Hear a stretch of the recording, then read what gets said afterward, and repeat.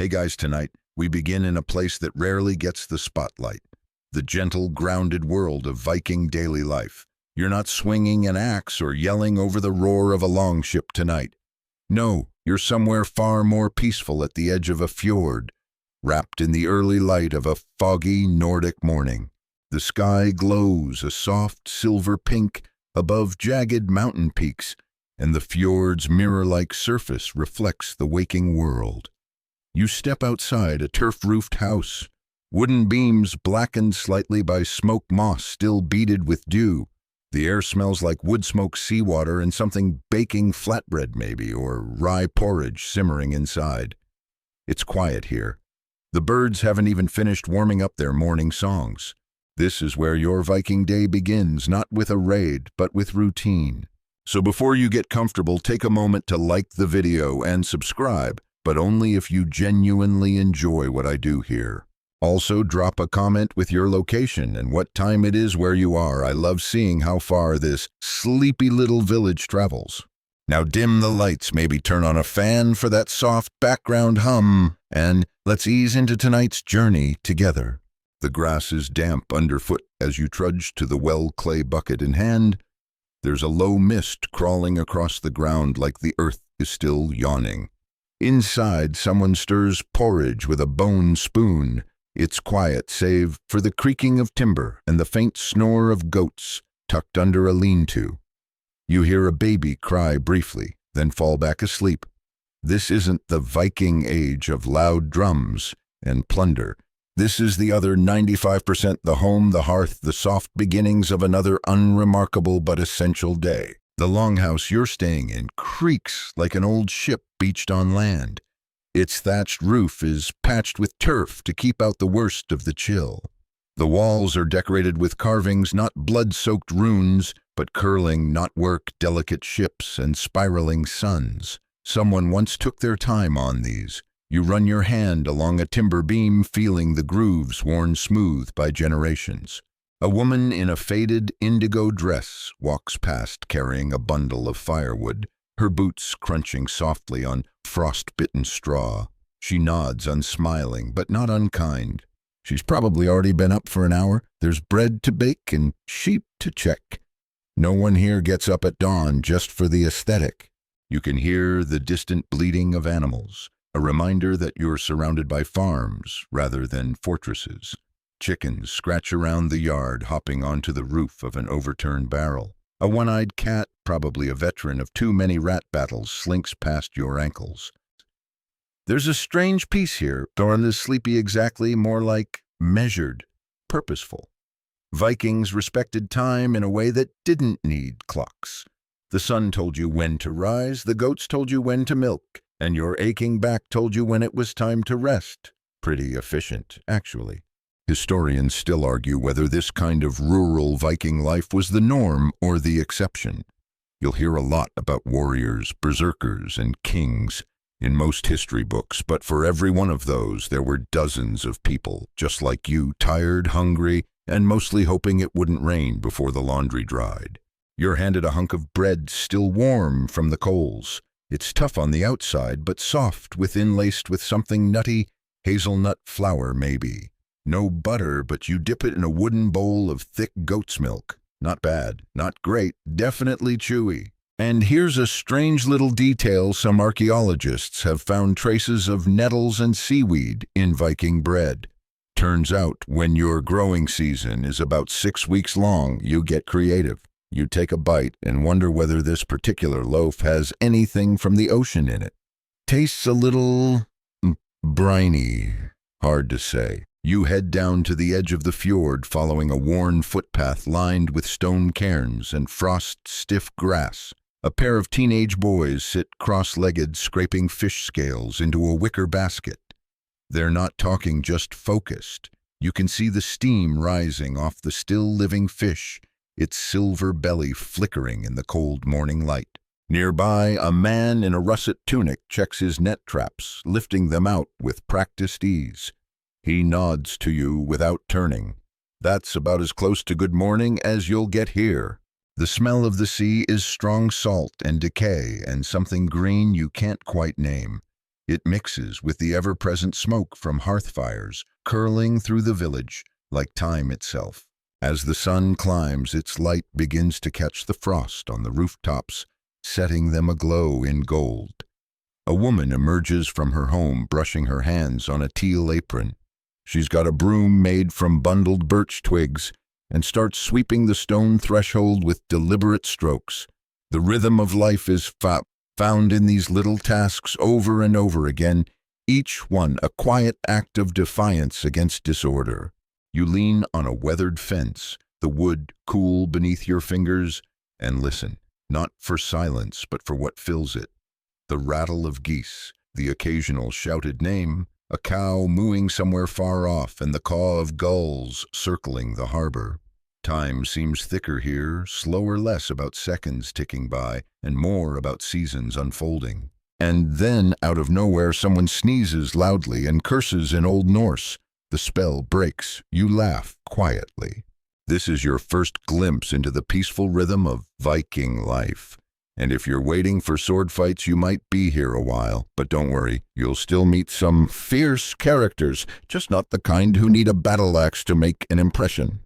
You wander back toward the village center, which, to be honest, isn't really a center so much as a cluster of dwellings with a few well-worn paths connecting them. There's no stone square, no towering church spire, just a low communal space with a long bench carved from a single log and a roofed area that functions as a kind of informal gathering place. Right now, 2 women are boiling dye in a wide copper pot, the steam tinted slightly purple. Linen hangs nearby, flapping in the breeze like faded flags of a very sleepy kingdom. One of them is humming a soft tune without words. She stirs the pot with a stick, and the scent of boiled lichen and fermented urine, yep, that's in there, drifts faintly toward you. Don't wrinkle your nose too obviously. This is how they get those beautiful saffron and russet shades you see on their tunics. It's not glamorous, but it works. Further along, a group of children chase a leather ball, laughing and yelling in high, chirpy voices. They skid through the mud, fall, get up, and fall again. The ball bounces into a cartwheel, and they erupt in squeals. You watch a little boy pretend to be a sea monster, arms flailing, face smeared with soot. No one stops him. Honestly, he's doing a pretty convincing job. One girl sits apart from the game, carefully weaving willow twigs into a rough little basket. Her fingers are fast, practiced. She doesn't look more than 9. It hits you for a moment how much older Viking kids had to be inside. Childhood here wasn't long. By the time you were her age, you were helping shear sheep, fetching water, watching the younger siblings. No iPads, no snacks, just chores and whatever fun you could wring from a ball of hide. And still they find joy. There's joy in the run, in the shout, in a well-kicked ball, in a surprisingly splashy puddle. Historians still debate just how much autonomy Viking children had. Some argue that they worked alongside their parents nearly full-time. Others think there was more room for play, especially in the summer months when daylight stretched for nearly 20 hours and adults were too busy farming to shin a bit of mischief. What's certain is that kids didn't get treated like glass. They were small humans in training, and they learned fast. You sit on the edge of a wooden cart, wheels half buried in mud, and watch as a group of teens lead a pair of shaggy ponies down the hill. The ponies are stocky and sure-footed, bred for endurance rather than elegance. One of the boys carries a sack of dried fish slung over his shoulder, the other holds a stick. He taps rhythmically against his boot. They're off to trade with the neighboring village, half a day's journey through the woods. No adults needed, just a good sense of direction and enough dried meat to keep your strength up. As they pass, one of the ponies snorts and flicks its ears. You reach out to stroke its mane, and it doesn't flinch. These animals are used to people, used to working. You notice another group nearby, 3 older women seated around a low table spinning wool. Their fingers twist and pull in unison, the rhythm almost hypnotic. One of them wears a bone comb into her hair, holding back thick braids.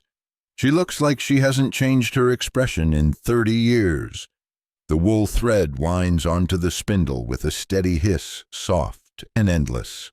They're gossiping quietly about who's marrying whom, who burned the bread again, which fisherman came back smelling suspiciously like ale. You catch only fragments, but the tone is familiar. It could be any village, any century. A quirky fact here: Viking women often held the household keys, literally. Keys were symbols of authority, and married women sometimes wore them openly on a chain at their waist. So, if you're picturing helpless damsels, you're a few sagas off. These women ran the home, the stores, the workers, and sometimes the family finances. You glance down at your feet and spot something curious, a tiny carved figure half buried in the dirt. You pick it up, just a thumb-sized wooden man with one eye and a sword. Odin, maybe. Or maybe just a toy dropped by a child last week, or last century. The carving is rough, but full of life. You imagine some boy carving this during a quiet hour, proud of the crooked grin he managed to scratch into the tiny face. It reminds you that Vikings didn't just survive. They made art. They told stories. They left behind small pieces of wonder, scattered like breadcrumbs through time.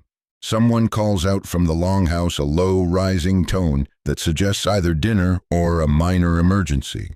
You follow the sound to find a group of people gathered around a newly arrived visitor, a trader from further inland, judging by his fur-lined cloak and slightly overstuffed pack. He pulls out items with the flair of a magician. A polished antler comb, a tiny silver bell, a handful of amber beads that glow like honey when held up to the light. The villagers gather close, whispering and gesturing. Deals are struck. Fish for comb, wool for bell, a whole jar of pickled turnips for the amber. You wonder what stories this man carries, what roads he's walked. Whether he's ever seen a city, one of those fabled places with walls, markets, and coin instead of barter. He looks like he might have. Or maybe he just tells good stories. Hard to say. The sun is high now, casting sharp shadows and warming the damp wood of the buildings. You hear someone chopping wood in the distance, rhythmic and patient.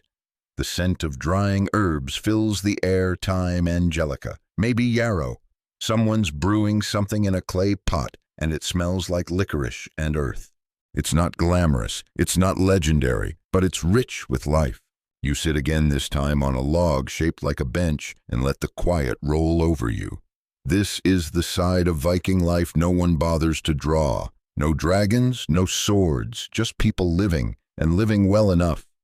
You rub your hands together and rise from your makeshift bench as the breeze picks up cooler now, with the scent of peat smoke drifting from a distant hearth. It's midday or close to it, and the village begins to shift into its slower, more methodical rhythm. Chores are in full swing now, with everyone absorbed in tasks that need hands, but not always voices.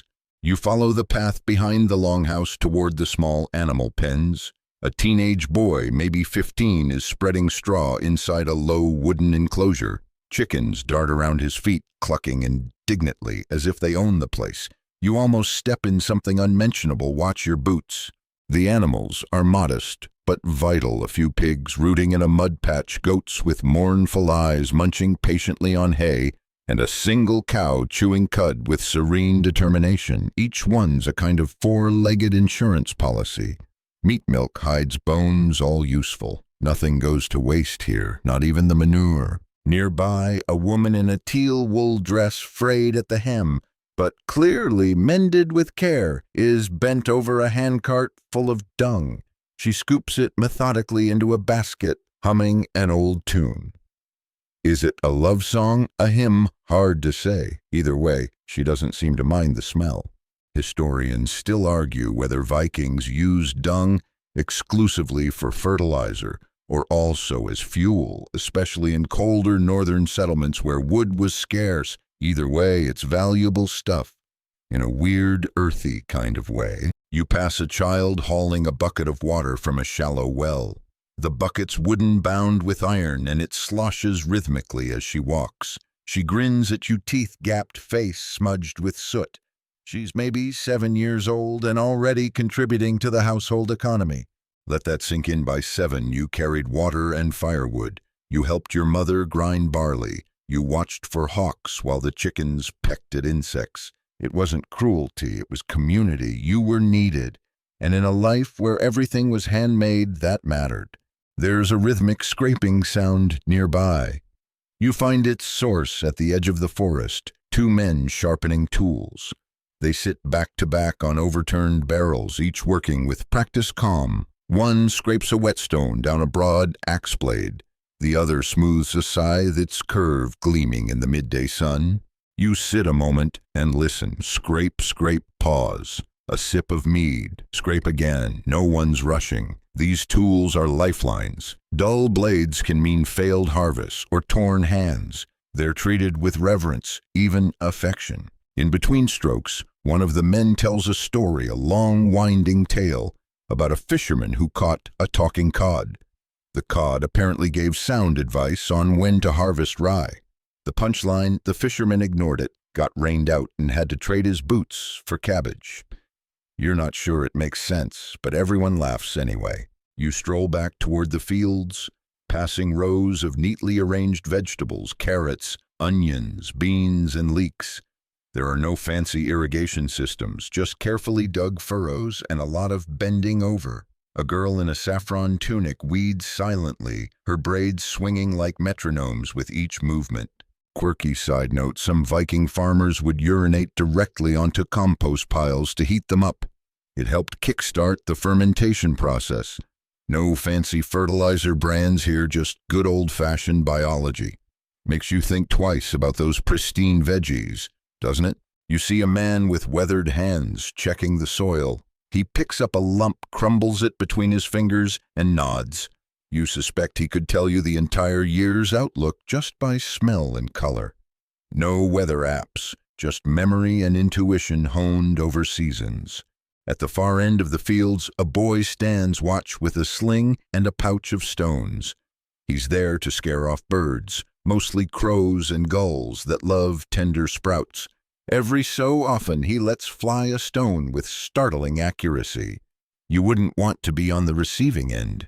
Historians still debate how widespread this kind of child shepherding was in Viking Age Scandinavia. Some records hint at dedicated watchers. Others suggest it was just whoever wasn't busy. But the image holds small hands guarding the fruits of large labor.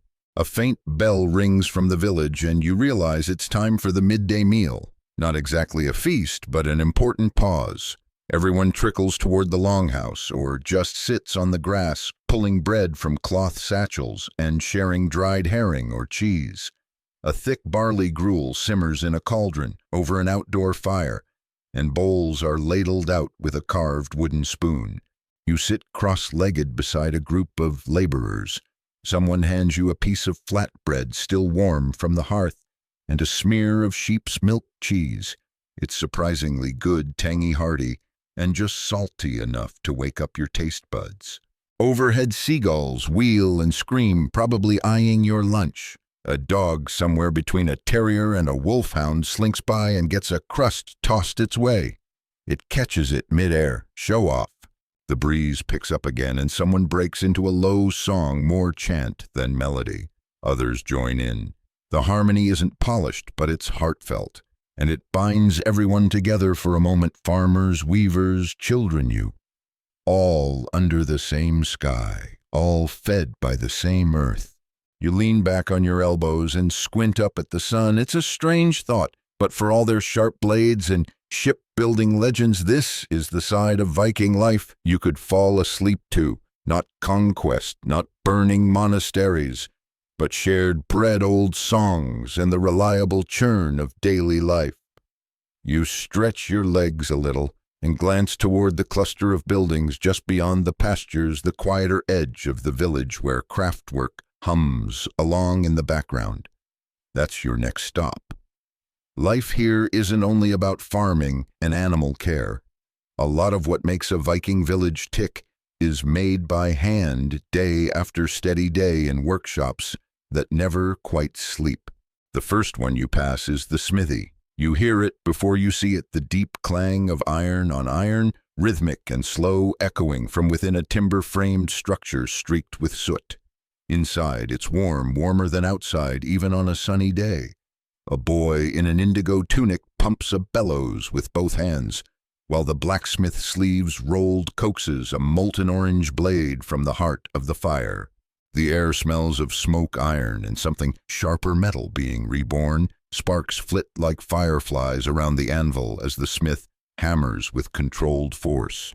You watch as he dips the blade into water steam, erupting with a hiss like some small dragon exhaling. Historians still debate whether blacksmiths held a sacred status in Viking communities. Some evidence points to ritual roles, others say that's just romantic hindsight. But standing here, it's hard not to feel like you're watching magic happen. Next door is the woodworker's hut. Here, everything smells like pine resin and sawdust. A woman with arms strong as ox cart wheels is shaving the edge of a curved plank, maybe for a sled, maybe a shield. Her tools are simple and adze, a chisel, a mallet, but in the hands of someone who's learned the wood grain like a language, simple is all you need. On the workbench, half-finished bowls rest next to carved toy horses and spindle whorls. You pick one up, it's a spinning top etched with little runes. You spin it once and it wobbles awkwardly before falling over. Even toys needed craftsmanship. A girl, maybe 10 years old, is weaving rushes into a small basket in the corner. Her fingers move quickly, surely, as if they've been doing this forever. In a way they have. Baskets carry everything from fish to herbs to dreams. There's something peaceful about this end of the village. No shouting, no livestock, just the steady rhythm of tools and time. You feel your breathing slow to match it. A bit further on, past a few hay-strewn lanes, is the dyeing shed. The smell hits you first, pungent, earthy, with a tang of fermented plants. This is where textiles go, from dull beige to vibrant saffron russet and deep madder red. A dyer stirs a bubbling pot with a stick nearly as tall as you. Inside, what looks like cabbage soup is transforming linen into something richer. A tunic swirls through the vat, going from cream to mustard yellow. Nearby, strips of wool hang like prayer flags, dripping vivid color onto the packed dirt floor. Here's your quirky tidbit. Viking dyes sometimes used things like crushed insects or stale urine. That saffron robe might owe its vibrancy to something you'd never willingly carry in a bucket. The price of beauty.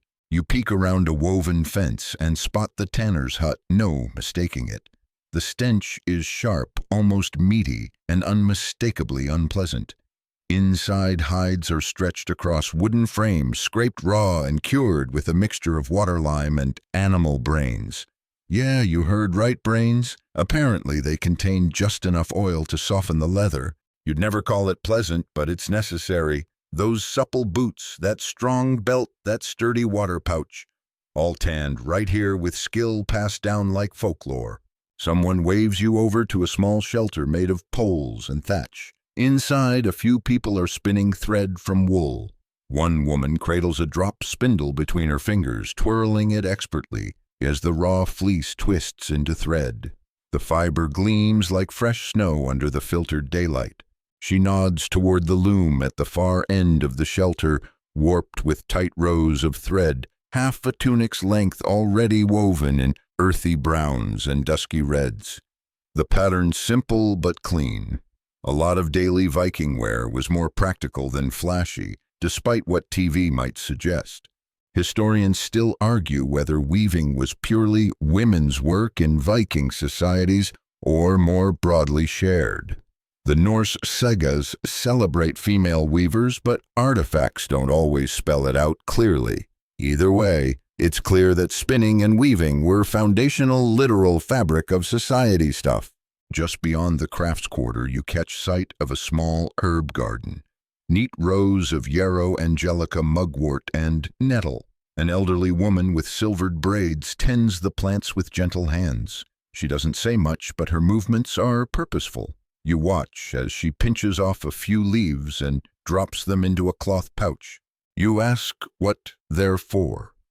She gives you a soft, amused look and mutters something about coughs, bruises, and men who forget to wash. Fair enough. Tucked beside the garden is a stone circle with a flat, smooth slab in the center, used for grinding herbs probably, or preparing poultices. A wooden bowl holds a mushy greenish paste.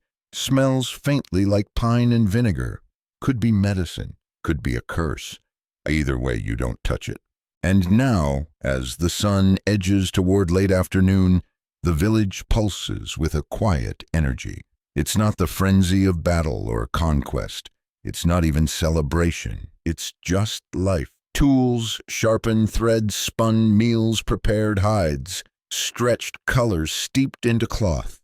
The kind of rhythm you could fall into and never want to leave. You sit near a fence back against the warm wood, watching the smoke from the smithy curl up like a question. And you wonder not about raids or treasure, but about the hands that made all this. The hands that kept a community humming even when no one was singing songs about it.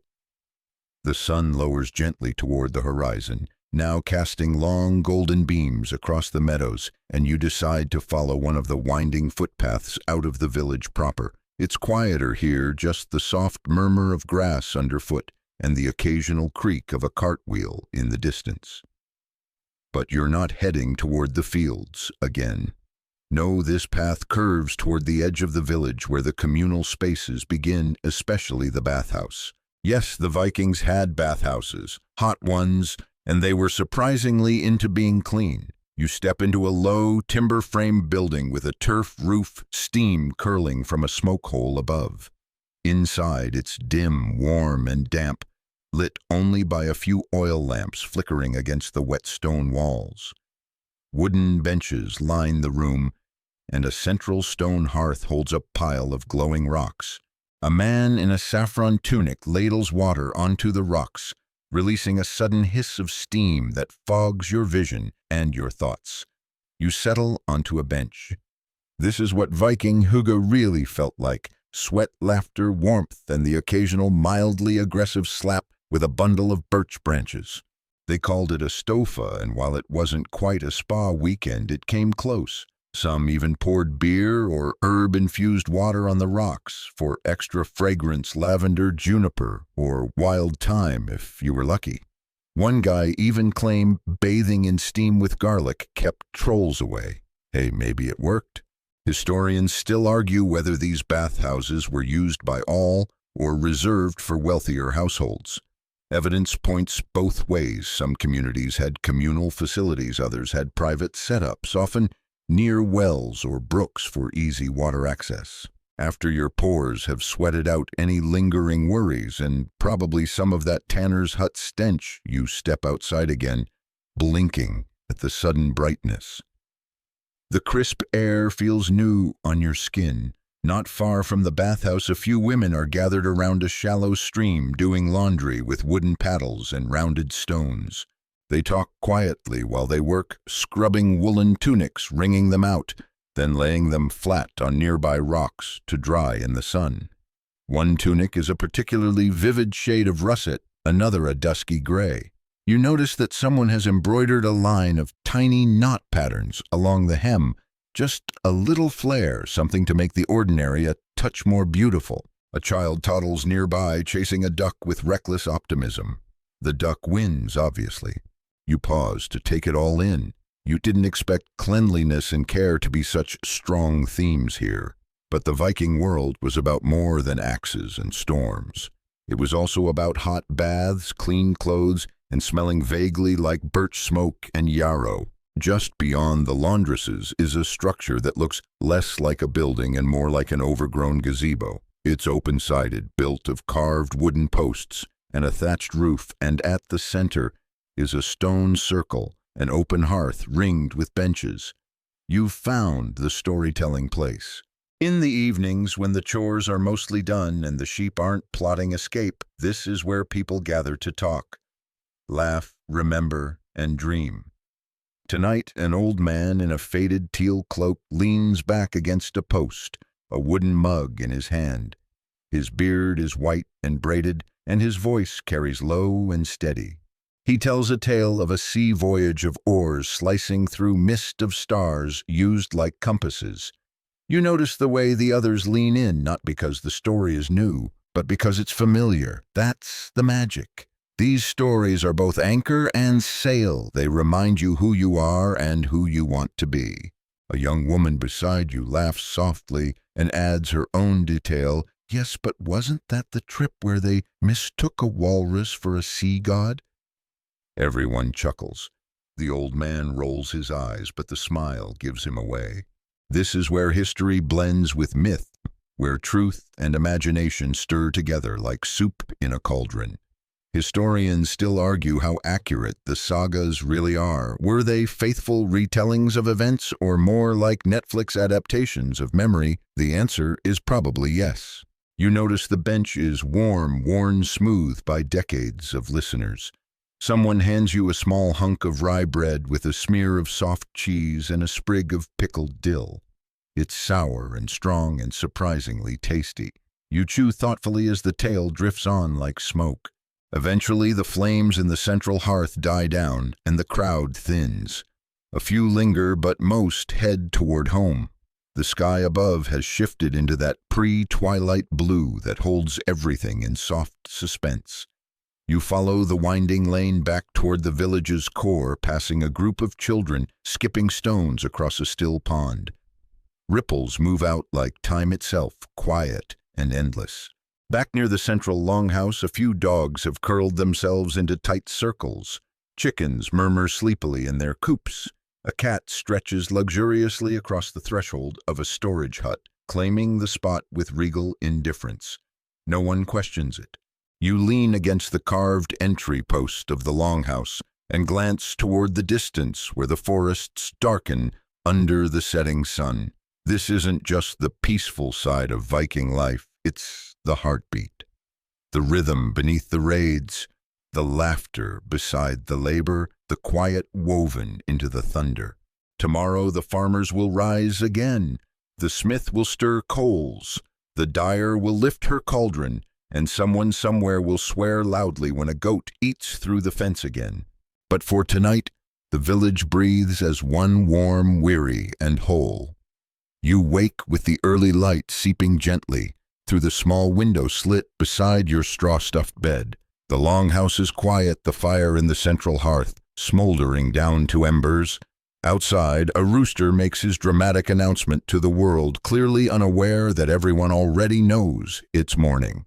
You step outside into a soft mist, the dew wetting your toes through the thin woolen socks. A low fog clings to the thatched rooftops and curls lazily around the animal pens. It smells of wet earth, pine smoke, and slightly disgruntled sheep. This is the calmest the village will be all day. Soon enough, the soundscape builds a cow lowing to be milked, a dog barking with purpose at absolutely nothing, children shouting as they chase a rolling hoop. But you're headed to a different corner of the settlement, toward the craft huts that form the working spine of Viking daily life. First, stop the blacksmith. His hut is squat and built of stone with thick wooden beams stained black by soot. The rhythmic clang of hammer against iron starts before you even step inside. It's like a heartbeat in metal. Inside, it's warm enough to chase the chill from your bones. The smith, a broad-shouldered woman in a russet apron, stands over her anvil, focused on drawing a red-hot iron rod into a tool. Sparks leap with every strike, briefly illuminating her lined, soot-smudged face. You watch as she quenches the piece in a bucket with a hiss and a puff of steam. It's not just weapons she's crafting. Tools, hinges, nails, even fine brooch pins come from this forge. The smiths were central to society not just for war but for function. Without them, not much gets done. She grins as she pulls another item from the coals. Want to pump the bellows, she asks. You nod, and soon your arms are working the lever, feeding the flames that birth everything from plowshares to swords. Historians still argue whether female smiths like her were widespread or exceptional. Most assume men dominated the trade, but scattered graves with blacksmithing tools and jewelry tell a more nuanced story. Next door, a carver sits on a low stool, working quietly with a curved knife and a strip of seasoned oak.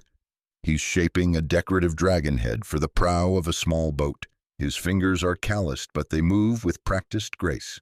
Tiny wood shavings curl and fall around his feet like a nest of pale worms. He hums as he works an old song, something about a sea serpent and a golden fish. You ask how long it'll take to finish the dragon head. He shrugs. A week, maybe more. Good dragons aren't in a hurry. He shows you a set of wooden toys stacked neatly in a basket nearby. There's a wheeled horse, a carved goat with jointed legs, and even a hollow bird whistle. They're gifts, he says, for the upcoming harvest festival. That one, he adds, nodding at the goat, tends to get borrowed by children early. Then he pauses and points to a half-finished piece on the bench. It's not a toy, it's a runestone small enough to hold in your hands. He's inscribed a series of runes that read like a prayer or a blessing. For a baby born last week, he murmurs. Her mother asked for protection from bad spirits and goats. As you thank him and leave, the smell of drying herbs floats past. You follow it to a thatched hut where a woman in an indigo dress hangs bundles from the rafters, sage, mugwort, nettle, and something that smells vaguely like licorice and wet hay. She's the village healer, not quite a doctor, not quite a witch, somewhere in that beautifully foggy middle. Her shelves hold beeswax, ground bark, and jars of preserved plants. She offers you a sip of warm mead steeped with elderflower and a sliver of dried apple. It tastes like summer's memory. She explains her salves, one for wounds, another for headaches, and a third that she jokingly calls husband tamer. You don't ask what's in that one. She points to a clay bowl filled with dried fish bones. That's for dreams, she says. Ground into powder, it keeps away night terrors. Historians still argue whether these healers were respected professionals or marginalized outsiders. The truth, like most things, is probably both. Some were feared, others revered. Many were both depending on the season and whether their potions worked. You watch as she kneels to check on a basket of newborn kittens curled like spilled ink across a bit of fleece. One sneezes. She murmurs a blessing in Old Norse under her breath. You don't know the words, but you understand them anyway. By now, the sun has climbed higher, casting sharper shadows through the trees. The village is in full motion. You spot the potter spinning his wheel, shaping a broad-rimmed bowl while his apprentice mixes clay with sand at the riverbank. His hands move quickly but precisely, sculpting usefulness from mud and muscle memory. Nearby, a pair of young boys sit cross-legged on the ground, playing a game that looks like a mix of dice and chess, using pebbles and carved tokens. They're yelling dramatically about battles and kingdoms, and one has already accused the other of cheating twice. Future raiders in training clearly. You take a moment to sit on a sun-warmed rock by the stream, watching the way the light flickers on the water's surface. For all the noise about Viking conquest, most of their days were just like this, quiet, practical, sometimes even boring. But boring can be beautiful. You pick up a small stone from the riverbank, smooth and round, and roll it in your palm. Somewhere far away, a monk in a distant monastery is writing about Viking raids. But here in the heart of this village, the real story is unfolding in whispered laughter, clinking tools, and shared bread. That's the rhythm that gets passed down not in war horns, but in worn-out shoes, in calloused hands, and in the way the village tilts its head when the wind shifts. And the wind does shift, now cooler, carrying the scent of approaching rain. You head back toward the longhouse cheeks. Warm shoes, damp thoughts full of dragons, bellows, and herb bundles. Rain patters softly on the longhouse roof, turning the day inward. You lie on your straw bed, the fur throw tucked up under your chin, and listen as droplets tap a slow rhythm against the thatch like nature's own lullaby. There's something about rainy days in a Viking village that makes the world feel smaller, gentler, and just a bit slower. It's not a day for travel or trade. It's a day for chores and chatter, for weaving and whittling, for mending torn tunics, and telling long, winding stories about trolls and the moon. The hearth glows in the center of the house, not blazing, just gently simmering. A pot of fish stew bubbles lazily, filling the space with the savory perfume of dill and onions. Someone's knitting with bone needles in the corner, long, even rows of wool in a soft shade of undyed cream. Another person carves a spoon from a piece of driftwood. The spoon's handle is curving into the shape of a serpent. You wonder if it's purely decorative or if it's meant to scare off picky eaters. You've been tasked with untangling a ball of wool that seems to have developed a will of its own. It's like wrestling a particularly stubborn octopus. Every time you make progress, another knot presents itself, taunting, smirking. Someone offers a quiet joke that yarn's got Loki in it. You smile, but keep wrestling. After all, idle hands aren't just the devil's playground, they're also how you get stuck doing extra goat cleaning duty. Rainy days, for all their gloom, have always been prime time for Viking handicrafts. Without the endless distractions of screens, honking horns, or calendar pings, the Vikings channeled their time into making beautiful things, patterned tapestries, beaded necklaces, even intricately carved combs from deer antlers. Historians still argue whether these domestic arts were considered high skill or humble busywork, but the detail in their artifacts leans toward the former. You glance at the wall hangings fluttering gently near the hearth. One shows a long ship with exaggerated waves crashing around it.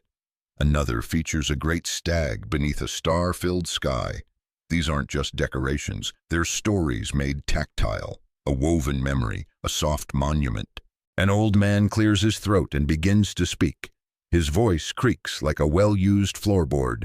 Everyone leans in, even those still busy with their crafts. You feel the room shift ever so slightly toward the past. He tells the tale of a Selkie, a seal woman who shed her skin to dance on the shore only to have it stolen by a lovesick fisherman. It's half tragedy, half warning. Don't steal what isn't freely given. Also, maybe don't fall in love with marine mammals. His voice rises and falls with practiced ease. There's no book in front of him, no candle-lit parchment. Just the story and the warmth of listening. You let it wash over you like the rain against the roof. Someone else chimes in with a riddle. I fly without wings, I cry without eyes. What am I? The youngest child guesses a hungry goat. Incorrect, but honestly not a bad attempt. The correct answer, of course, is the wind. You stretch your legs and stand padding toward a small wooden chest tucked against the wall. Inside are games, flat stones with etched symbols, wooden boards, worn smooth by generations of players. You pick up a set of Nefatafel, a Viking strategy game, sometimes called the King's Table. It's a bit like chess, if chess had fewer bishops and more creative flanking. You challenge the spoon carver to a match, and before long the room is divided, half cheering for your bold maneuvering, half rooting for the guy who just moved a piece into oblivion with a confident smirk. You lose, but you do it with flair. The pot of stew gets ladled out in wooden bowls, each portion steaming and speckled with herbs. You blow gently on the surface and sip. The warmth spreads through your chest, chasing out the damp and the knots of the day. Meals like this weren't just sustenance, they were a kind of ritual. Shared communal grounding. Food brought togetherness, and togetherness kept people sane when the weather howled and the nights stretched long. You lick the last of the stew from your spoon and lean back against the wall. The room smells of smoke, wool, herbs, and well-cooked onions. It's a comforting cocktail. Someone has started braiding a girl's hair into elaborate loops that frame her face like a helmet of flowers. You consider offering your own mop of hair for experimentation, but then decide you value your scalp. A slow hush begins to settle over the longhouse as the rain eases. The light outside dims from gray to deeper gray. You can hear the chickens settling into their coop with sleepy clucks and a few disgruntled flaps. Even the goats sound drowsy. You return to your bed now, warm with the residual body heat of a lazy, lovely day. Rainy days don't always get the spotlight in Viking stories. No dragons, no raids, no epic journeys, just yarn stew old tales and a roof that mostly doesn't leak. But these were the days that made life livable. These were the hours that stitched time together, quietly, tenderly. And as your eyes start to close, you realize that today your biggest battle was against a tangled ball of wool. A battle you may have but it was worth it. The rain has passed, and morning light spills over the edge of the world like warm honey. Today is a day for the animals. You rise early again, no alarm clock necessary. Just the low, familiar bleating of goats demanding breakfast and the rooster yelling like he's late for a town meeting. The smell of hay, slightly damp but sweet, drifts into your nose as you stretch and pull on your woolen tunic. Outside, the grass squishes slightly underfoot, and dew clings to your boots. The animals are already alert, chickens flapping and preening, pigs snorting with glee at the arrival of fresh scraps, cows blinking sleepily in the pasture. The goats, however, are the real divas here, tugging at their tethers, bleating with righteous fury because their hay isn't served on a silver platter. You grab a wicker basket filled with root vegetables and grain mash, tossing portions into the troughs. A pig gives you a grateful snort and resumes its mission to cover itself in as much mud as physically possible. You wonder if this is its skincare routine. If so, it's working because that pig looks radiant. Daily animal care in Viking settlements wasn't glamorous, but it was absolutely vital. Livestock meant milk, cheese, meat, leather, and sometimes even fuel. Yes, dried animal dung wasn't just a joke about medieval living, it was a legit heat source. Historians still argue whether dried dung or peat moss was the more efficient choice, but either way, warmth came at a smelly cost. You moved to the goat pens. These goats have names. You're not supposed to get too attached, but let's be honest, when one of them comes running every time you whistle, it's hard not to melt just a little. You check their hooves, feel along their flanks for any signs of illness, and refill their water from a wooden bucket. A tiny goat tries to nibble your sleeve, and you gently shoo it away. It doesn't listen. None of them do. They're anarchists in adorable packaging. The cows are less demanding, but infinitely more stubborn. You coax one toward the milking stool, whispering sweet nothings in Old Norse, which, to be fair, sounds like you're casting a curse. Still, she settles. You sit and begin the slow rhythm of milking the stream, hitting the pail in satisfying spurts. It's not just milk you're gathering, it's quiet. There's a meditative peace in this routine. The soft sound of chewing, the rustle of feathers, the occasional indignant honk from a goose convinced it runs the farm. In these early hours before the bustle of the wider village begins, you feel a kind of harmony. Like the pulse of the world is slower, steadier, more kind. Animal husbandry wasn't just a background detail in Viking life, it was central. Entire seasonal calendars revolved around the needs of livestock. Spring brought births. Summer meant grazing. Winter required storage and indoor sheltering. And autumn, well, autumn had some harder decisions. But for now, your job is to keep them fed clean and mostly unbothered. You walk the pasture fence, checking for weak spots where a particularly motivated goat might try to make a break for it. There's always one, probably the same one chewing your sleeve earlier. You find a spot where the wood has cracked and make a mental note to fix it after breakfast. There's something comforting about a job you know how to do with your hands, chopping, nailing, binding twine. It makes the world feel fixable. As you turn back toward the barn, you notice a young boy sitting cross-legged with a duck in his lap. He's talking to it in a very serious tone, as though they're discussing local tax policy. The duck quacks once very pointedly. You don't interrupt. Some conversations are sacred. You carry the milk inside and help strain it through a linen cloth into ceramic jugs. The cream will rise and be skimmed off later for butter. The rest will go into the cheese press or be stored in cool crocks. Dairy work in the Viking world was almost its own full-time job. The cheeses varied from soft, tangy curds to hard, aged wheels with a bite. Historians still debate whether the Viking palate leaned toward pungent or mild, but evidence from ancient cheese remnants suggests bold choices were made. You nibble a small wedge left from the day before. It's salty, a bit gritty, and definitely makes your mouth pucker. Still, it's better than dry bread alone. A few herbs added in, and it would be downright gourmet. By mid-morning, the animals are settled, the stalls mucked, and the troughs cleaned. You take a moment to sit on the fence post, sipping a ladle of cool water from the well. The air smells of grass, fresh manure, and wood smoke curling up from breakfast fires. It's not glamorous, but it is good. Earned, honest. You look over the fields where a few sheep dot the hill, their wool thick and fluffy like unbaked bread. The herder will be out later to check their numbers and look for signs of foxes or wandering wolves. Yes, even the peaceful Viking world had its threats, but not all of them came by longship. One last task awaits before you're done with the morning round gathering eggs. You open the chicken coop and brace yourself. Chickens are nature's most dramatic comedians. They scatter, squawk, flap, and generally act like you're an invading force. You collect the eggs as gently as you can, placing them in a small, straw-lined basket. One hen tries to peck you. You stare her down. She stares back. You blink first. Eggs in hand, you walk back toward the longhouse, past the goats, sunbathing like small hairy royalty, the pigs already napping, and the cows giving you that sleepy-eyed nod of thanks that only cows can pull off. Life with animals may be messy, loud, and sometimes smelly, but it's also grounding. It's the heartbeat of the homestead.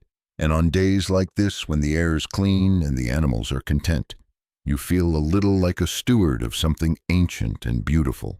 You set the egg basket down beside the hearth and stretch arms wide, joints popping. A long day still lies ahead, but the animals are fed, the sun is shining, and the world for now is peacefully ordinary. You find yourself drawn to the rhythm of the forge, that ancient dance of fire and metal, where raw strength meets subtle craft. The blacksmith's hammer rises and falls with a steady beat, sparks flying like tiny stars in the dim, smoky workshop. You watch the glowing iron twist and curl under the master's skilled hands, the heat wrapping around you like a living thing. The air smells of burning coal, hot steel, and a faint hint of sweat mingling into a scent as old as time. Blacksmithing in Viking society was more than just making swords and nails. It was an art that shaped daily life defense and even belief. The forge was a sacred space where fire was both destroyer and creator.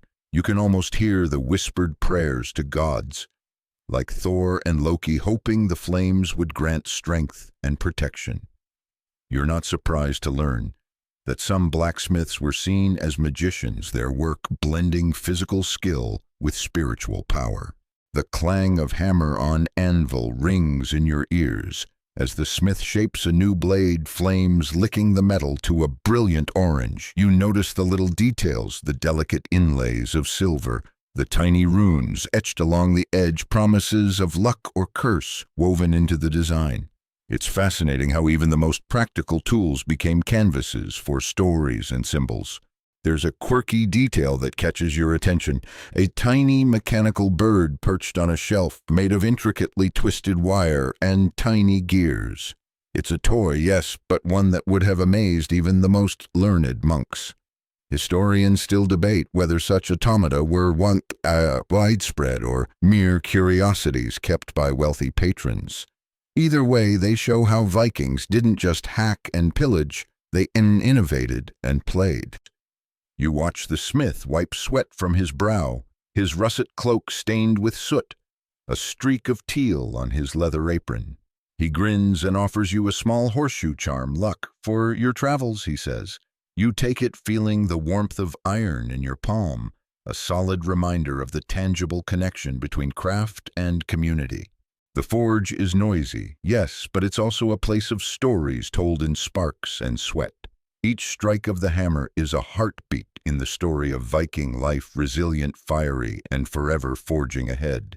Outside the forge, the village hums quietly. Smoke curls from chimneys, and children run with wooden swords, pretending to be heroes of old sagas. The smith's work will soon be in their hands, tools for their futures and shields for their dreams.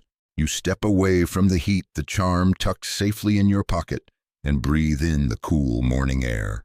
The world feels alive with possibility, each crafted piece a testament to human will and imagination. The evening sun dips low, casting long amber shadows across the mead hall's worn timber walls, where the scent of roasted venison and fresh pine mingles in the warm air. You settle onto a sturdy bench alongside the village's elders, their russet and indigo cloaks draped comfortably, faces etched with years of stories and quiet laughter. The flicker of candlelight dances on the carved wooden beams overhead, illuminating intricate knotwork patterns that seem to tell their own ancient tales. The hall hums with a calm expectancy, the kind that fills a room when everyone knows something sacred is about to unfold.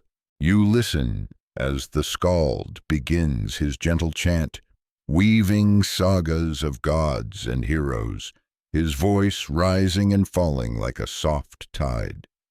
These oral traditions are the living memory of the people passed from one generation to the next, without a single written word. It's fascinating that while Vikings are often remembered for raids and battles, their culture thrived on poetry, storytelling, and a profound respect for history. You might even say that these stories were a kind of time-keeping markers in the endless flow of seasons and years. A quirky detail catches your ear. Some skalds reportedly used strange instruments, like the lure, a long curved horn that could summon both joy and awe, echoing over hills and fjords. Imagine trying to sneak off for a quiet nap with that booming in your ears. Historians still argue about how much of Viking daily life was shaped by these performances versus more practical concerns. Were skalds the heartbeats of their communities, or just entertaining sidelines? The warmth of the hall wraps around you like a familiar blanket, and you realize that this moment, this gathering of voices, laughter, and song, is a gentle rebellion against the harshness of their world. Here, beneath the smoke-blackened rafters, time slows and memories linger. You glance outside, where the twilight deepens, the first stars twinkling faintly against the sapphire sky. The village's wooden palisades stand silhouetted against the horizon, steadfast guardians of a peaceful night. You feel a quiet gratitude for these moments of calm and connection, for the voices that carry the past forward like a steady flame.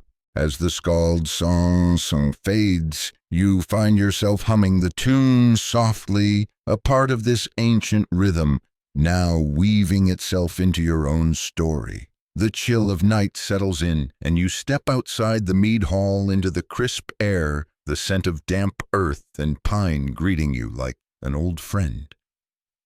The village lies quiet beneath a sky swirled with stars, each one a tiny flicker in the vast northern expanse.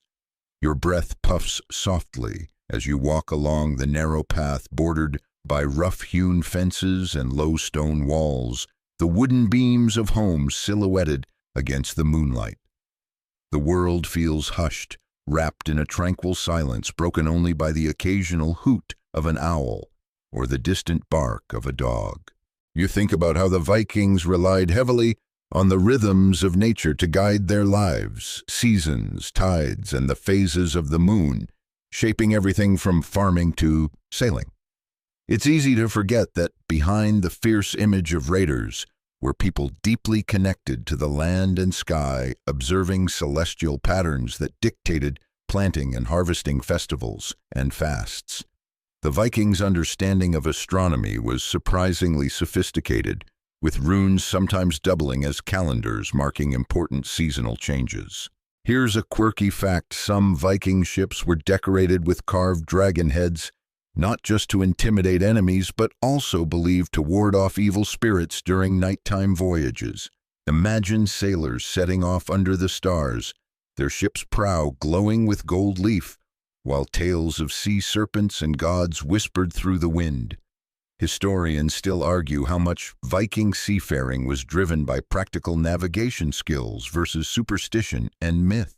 You pause by the shore, the water lapping softly against weathered rocks, the Milky Way stretching overhead like a celestial river. The quiet lulls you, and you let your mind drift with the gentle ebb of waves and memories. Night here is not just an absence of light, but a space where stories deep in secret sleep and the heartbeat of the earth slows. The cold pricks your fingers, reminding you that even in this peaceful moment, survival demands respect for nature's whims. You tuck your cloak tighter, grateful for the warmth of the fire back at the hall and the comfort of knowing these lands have cradled countless souls before you. You turn back toward the village, your footsteps light, carrying the calm and mystery of the night with you. As you prepare to rest, the dawn creeps quietly over the horizon, spilling soft gold across frost-kissed fields and the smoky tendrils rising from thatched roofs. You find yourself again by the longhouse, where the warmth of last night's hearth still lingers faintly in the stones beneath your feet. A handful of villagers stir, wrapped in russet and teal wool cloaks, their breaths visible in the crisp morning air as they begin daily chores, carrying buckets of water, tending to chickens, and stirring embers in iron pots. Life in the village moves with deliberate care, grounded in routines as steady as the turning seasons. The rhythm of dawn prayers, shared meals, and communal work anchors the day, a far cry from the chaotic battles often spotlighted in tales of Vikings. You remember reading that these communities had surprisingly complex social structures, with gatherings called things serving as early forms of democratic assembly, an echo of order amid what outsiders might see as wildness. Here's a quirky detail: some Viking homes had special sauna rooms, small heated chambers where people gathered not only for warmth but also for cleansing rituals, socializing, and even settling disputes. Imagine neighbors huddled together in steam, plotting the day's work or debating the latest gossip. Historians still argue how much of Viking daily life was shaped by these intimate communal spaces versus the more public ceremonial settings. As you watch a child chase a chicken through a courtyard dotted with wooden buckets and woven baskets, you feel the simple joy of these moments. The lull before the day's labor and the warmth of a community woven tightly together. The village feels alive with small sounds: the clink of metal tools, the murmur of voices, the soft rustle of linen tunics. You breathe in the mingling scents of pine, hearth smoke, and fresh earth, feeling time fold gently around you like a well-worn cloak. The peacefulness isn't just quiet, it's a deliberate balance of nature, labor, and kinship, a harmony that sustained these people far longer than the sagas might suggest. You tuck your hands into your sleeves, savoring this morning calm before the world awakens fully.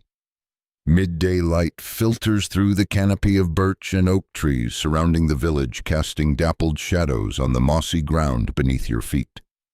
You follow a narrow trail toward the edge of the forest, where a group of villagers gather to harvest herbs and wild berries, their hands deft and sure, gathering nature's bounty with practiced care.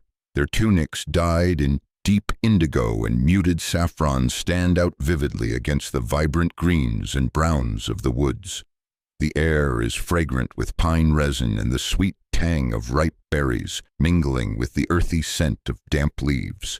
This moment offers a quiet glimpse into the often overlooked skills that Viking communities prized: knowledge of the land's healing plants, careful foraging to supplement diet, and a deep respect for nature's cycles. You recall that women especially were regarded as keepers of herbal lore and midwives wielding wisdom that could soothe both wounds and spirits.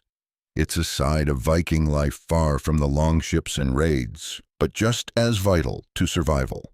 A quirky tidbit surfaces: some Viking women reportedly used concoctions made from ground crocodile dung as sunscreen, a bizarre fact that shows their resourcefulness and willingness to experiment with far-flung remedies. Historians still argue about how widespread such exotic treatments were versus more common local herbal cures. As you watch the steady rhythm of harvesting, the villagers chat softly, voices blending with the rustle of leaves and the occasional call of a hawk overhead. Their hands move in a practiced dance, plucking leaves and berries, filling woven baskets that will feed families through the colder months. This gentle labor holds its own kind of sacredness, a quiet devotion to the land that has supported them for generations. You imagine the forest alive with stories of gods who dwelled among trees, spirits watching from shadows, and the ever-turning wheel of seasons. The peace here feels profound, a moment suspended between past and future, work and rest, human and nature. You take a slow breath, letting the woodland calm settle into your bones as the sun climbs higher, bathing the world in warmth and light. The afternoon sun hangs low, casting golden hues across the village as you make your way to the communal hall where a feast is beginning.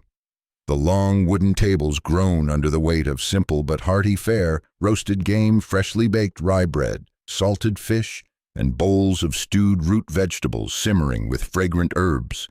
The flicker of tallow candles and the glint of polished wooden drinking horns give the room a warm, inviting glow.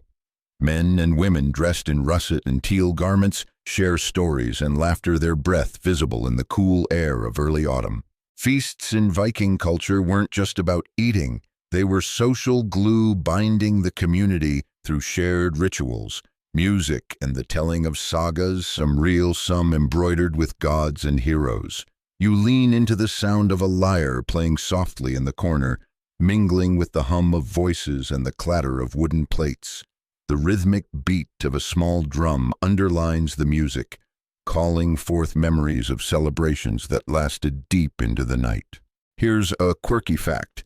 Some Viking feasts reportedly included ale brewed with unusual ingredients like juniper berries or even seaweed, which might explain the sometimes distinct flavors that guests braved with grim determination. Historians still argue whether these brewing experiments were the norm or just the bold adventures of inventive brewers.